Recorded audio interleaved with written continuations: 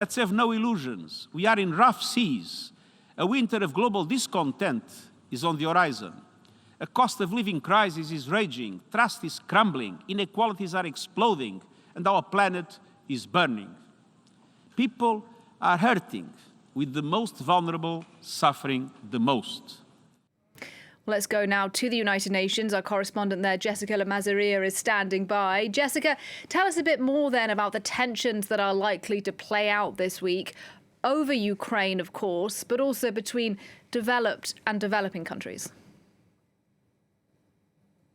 We are seeing deep tensions between global powers here at the United Nations. It's East versus West, it's North versus South, it's autocracy versus democracy. And the UN Secretary General Antonio Guterres has warned that the global South must not be forgotten, that there are multiple pressing crises going on around the world and world leaders need to pay attention to them, and in particular to the climate crisis, which affects absolutely everyone. He said that our world is in deep trouble, in big trouble, and he said that the divergence between developed and developing countries, between North and South, and the privileged and the rest, is becoming more dangerous by the day. So he called for action, and he used a metaphor, the metaphor of the brave commander ship, this ship flying the UN flag that brought grain from Ukraine to the Horn of Africa, really using that as a metaphor to show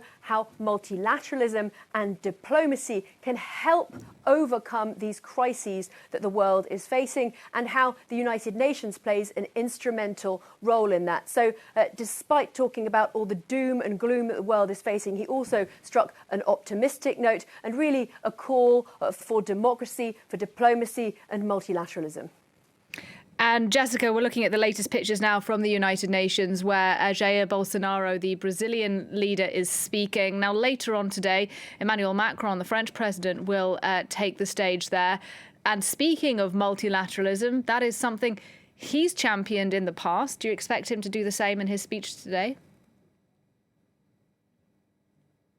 Yes, I do expect him to do the same. Every time he comes here, he really is the champion of multilateralism, of diplomacy. And you can really expect him to argue for diplomacy when it comes to resolving the crisis in Ukraine. He's really been the only Western leader to speak to Vladimir Putin over the phone, and he's defended that decision, really saying that Europe needs to make sure that it is very united when it comes to Ukraine, and that it does continue to have a line to Russia. And he's also warned against Turkey's Erdogan becoming really the sole mediator between Western powers and the East, because, of course, Erdogan is really considered by the West to be an authoritarian figure, and Macron in the past has had his differences with him. So it's going to be very interesting to hear what Macron has to say in his speech this Tuesday.